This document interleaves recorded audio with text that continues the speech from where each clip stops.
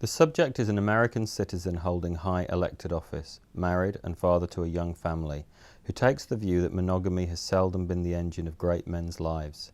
He's always had women, numerously, sequentially and simultaneously, in the form of family, friends, heiresses, socialites, models, actresses, professional acquaintances, colleagues, spouses, party girls, shop girls and prostitutes, following the youthful discovery that he liked women and they liked him.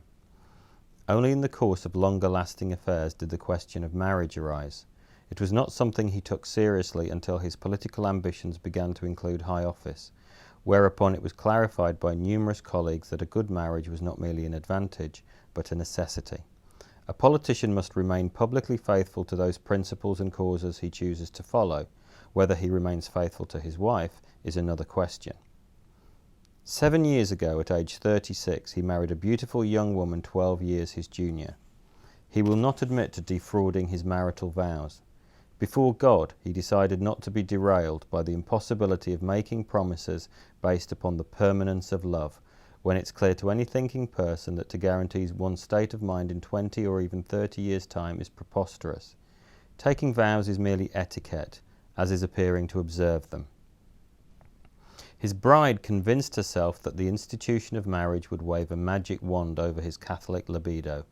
Of course, in those days, a good part was directed toward her. He refuses to blame himself for her misconception. She was attracted to a man who has his pick of women.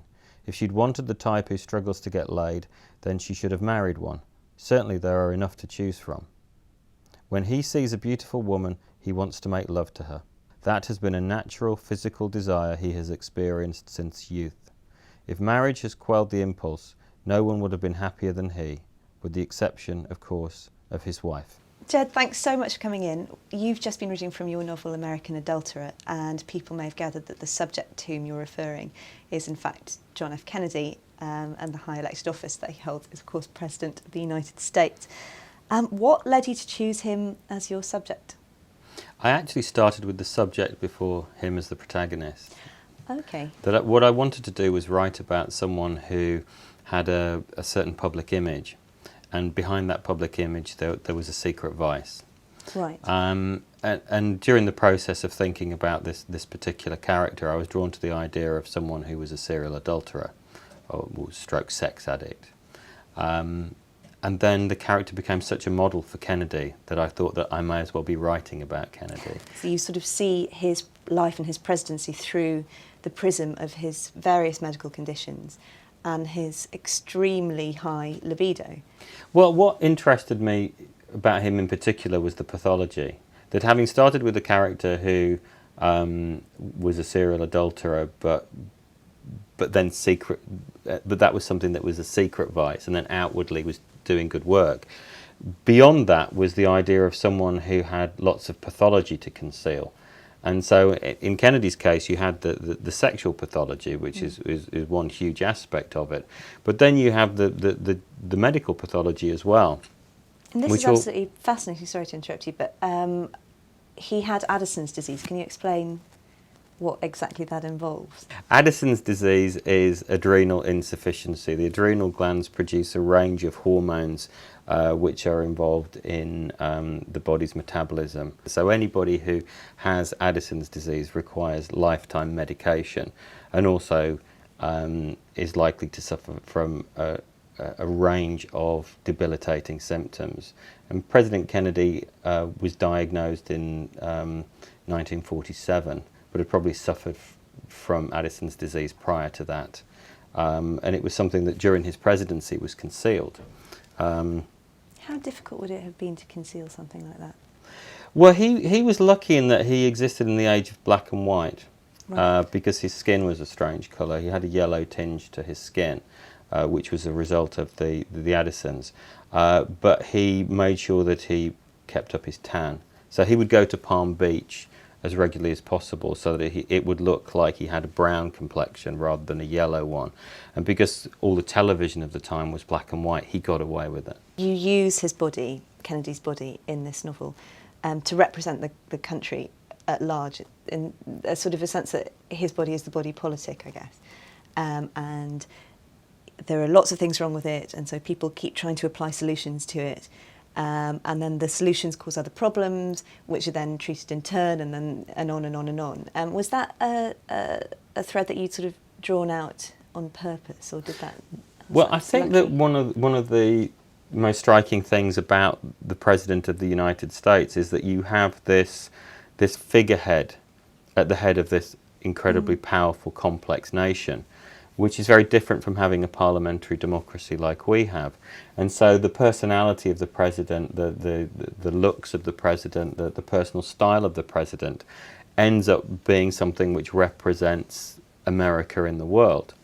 And because he was the first president of the television age, I think that Kennedy really was the first one of those people whose personality absolutely represented the country.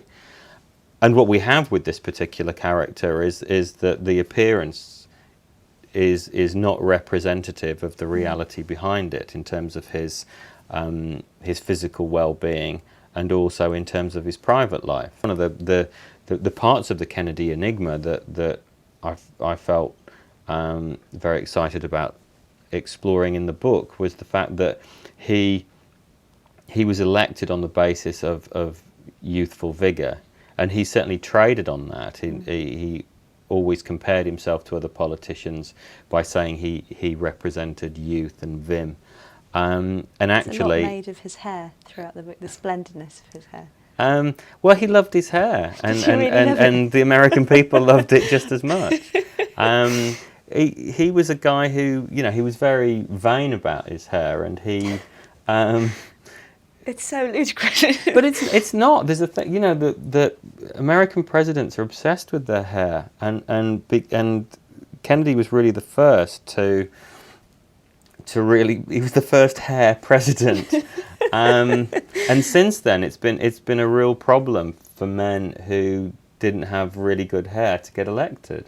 The hair was part of that youthfulness, that he had this great big thatch stuck on his head, and it made him look more youthful than he was. And also, he spent a lot of time preening it, and then there were the girls who worked in the White House who gave him scalp massages, and he honestly believed that would keep his hair thick, because he was terrified of anything befalling it. So physically, outwardly, he looks to be this incredibly healthy, fit, vigorous young president. Inside, he's absolutely crumbling. And I mean, literally, in the case of his back, which I gather was disintegrating. And then, obviously, in the same way, he's a respectable man, an upstanding man on the outside, but on the inside, he is sleeping with pretty much everybody, from what I can gather. Well, not everybody, obviously. Everybody available. But there was a huge amount of availability. He was in what you would call a target-rich environment, and there was an abundance of opportunity for him. The important point for the book is that the character of Kennedy believed that he needed sex in order to function, and that's something which drives him throughout the book, so that when he's deprived of sex, particularly when he first becomes president, it's something that actually distracts him so much from his job that he feels a pathological need to satisfy his compulsions, and then he finds some kind of physiological equilibrium. So whether that makes any medical sense is something that is outside the bounds of the book. Personally, I don't think it makes any medical sense, but for that particular character, it was his own view of his particular condition. What did you think of him when you got to the end of the book? I admired Kennedy by the time I finished the book. I started off probably leaning towards favouring him as a president, but the more research I did, the more I found that I think that the things he did in office were really admirable, and also a lot of the criticisms of him didn't really appear to hold water to me. Are there any other presidents who you think would lend themselves to this sort of treatment? Well, I think they all would, but in different ways, obviously. I mean, as I said, that disjunction then of the outer. I mean, I think Kennedy is kind of the most heightened of them. I think that also that he was a man of his times. If you look at the nearest equivalent of Kennedy, that would be Clinton. But Clinton lived in an age when the press would not turn a blind eye to a public figure's private life. And although as grown-ups we can speculate that President Clinton probably had a number of affairs while he was president, or certainly some conquests, he got caught for one of them. And that really destroyed his legacy and destroyed the end of his presidency. Jed, thanks so much for coming in to talk to us.